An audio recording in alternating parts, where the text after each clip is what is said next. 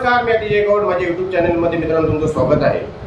विषयाचं टायटल तुम्ही वाचलेच असेल की अलिबाग मूळ मतदारसंघातील जिल्हा परिषदेचे आरक्षण पुढील प्रमाणे असणार. तर मित्रांनो, 2 दिवसापूर्वी रायगड जिल्हा परिषदेचे नवीन प्रभाग यादी प्रसिद्ध झालेली आहे. त्याचा व्हिडिओ मी बनवलेला आहे, तो तुम्ही भरपूर जणांनी पाहिला, त्याच्याबद्दल तुमचे आभार मानतो. मित्रांनो, आता नवीन प्रभाग कशा पद्धतीने आहे हे संबंधित ज्या वेळेला उमेदवारांना कळलं असेल त्यावेळेला सर्वांना मित्रांनो उत्सुकता आता फक्त आणि फक्त आरक्षणाची राहिली असणार हे तुम्हाला सर्वांना माहीत आहे. काही मित्रांनी मला कमेंटही केल्या की आरक्षण कशा पद्धतीने असणार आहे.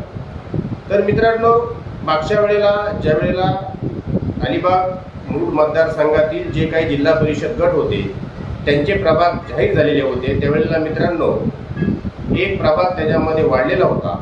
परंतु आता 2025 मध्ये पुन्हा एकदा एक प्रभाग कमी होऊन तेवढेच प्रभाग अलिबाग मूळ मतदारसंघामध्ये मित्रांनो राहिलेले आहेत.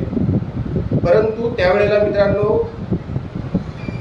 जे 8 अलिबागमध्ये 8, मुरुडमध्ये 2, रोहामध्ये 1 अशा पद्धतीने 10 जिल्हा परिषद मतदारसंघाचे जे प्रभाग होते त्याच्यामध्ये आरक्षण पडलेलं होतं.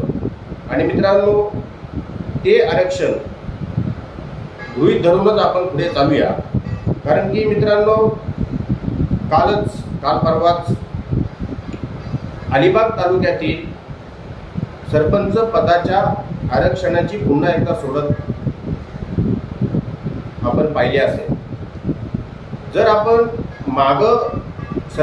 मागील महिन्यामध्ये सरपंच पदाचे आरक्षण पाहिलं आणि आता नवीन आरक्षण पाहिलं तर मित्रांनो त्याच्यामध्ये जास्त काही बदल झालेला नाही आहे, किंबहुना ते आरक्षण जसंच्या तसंच आहे.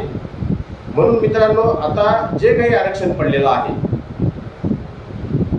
मागचं जे काही आरक्षण पडलेलं आहे मित्रांनो जिल्हा परिषदेच्या वॉर्डनुसार, तेच आरक्षण आता सुद्धा राहील असंच मला वाटतंय.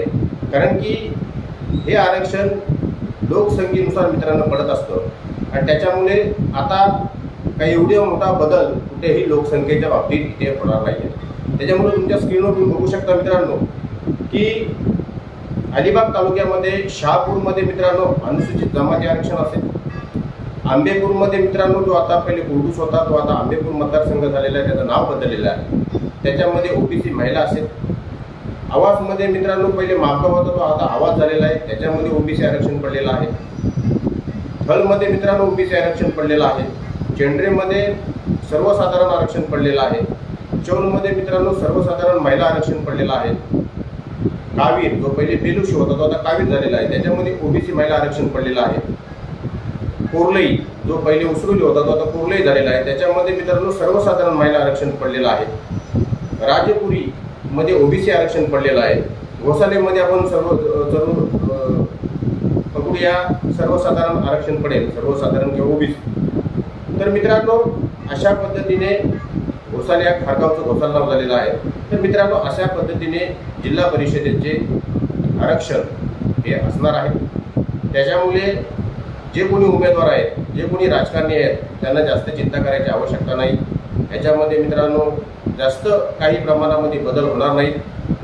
सर्व मागची माहिती काढून तुमच्यासाठी जे आरक्षणासाठी उत्सुक आहेत त्यांच्यासाठी मित्रांनो खास करून हा व्हिडिओ बनवला. आता येणाऱ्या कार्यकालामध्ये आरक्षण ज्यावेळेला खऱ्या पद्धतीने पडेल त्यावेळेला सुद्धा आपण तो व्हिडिओ बनवणार आहेत आणि ह्या बनवणार आहोत. ह्याच्यामध्ये मी बनवलेला जो व्हिडिओ आहे त्याच्यामध्ये किती तारतम्य आहे ते आपण पाहूया. परंतु मागचे जे आरक्षण होते ते कदाचित किंबहुना तुम्ही विसरले असाल, म्हणून मागच्या आरक्षणाच्या आधारावर मित्रांनो तुम्हाला मी हे आरक्षण सांगत आहे, जेणेकरून हे आरक्षण असंच राहील. आणि ह्याच्यामध्ये काय बदल झाला तर 19-20 बदल होऊ शकतो, परंतु आरक्षण काही बदलणार नाही आहेत, कारण की लोकसंख्येच्या आधारावर आरक्षण हे पडत असतात. आता शक्यता कुठल्या जिल्हा परिषद गटामधून कोणता उमेदवार असेल याचा अंदाज तुम्हाला मित्रांनो आला असेल. याच्या व्हिडिओमध्ये जास्त काही बनवण्यासारखं नाही आहे, फक्त आणि फक्त आरक्षणाच्या संदर्भातच हा व्हिडिओ बनवलेला आहे. याच्या मध्ये अजून जर काही मी सांगायला गेलो तर व्हिडिओ उगाच लांबलचक होईल. तुर्तास इथेच थांबतो. जर कामाला असेल लाईक करा, शेअर करा, सबस्क्राईब करा. धन्यवाद.